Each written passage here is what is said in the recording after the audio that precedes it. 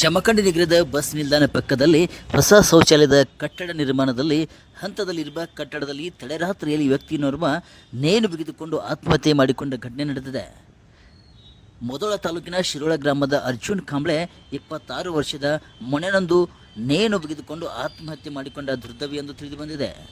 ಬೆಳಗಿನ ಜಾವದಲ್ಲಿ ಸಾರ್ವಜನಿಕರು ನೇಣು ಬಿಗಿದುಕೊಂಡ ವ್ಯಕ್ತಿ ಶವವನ್ನು ನೋಡಿದ್ದಾರೆ ಎಂದು ಮಾಹಿತಿ ತಿಳಿದುಬರುತ್ತೆ.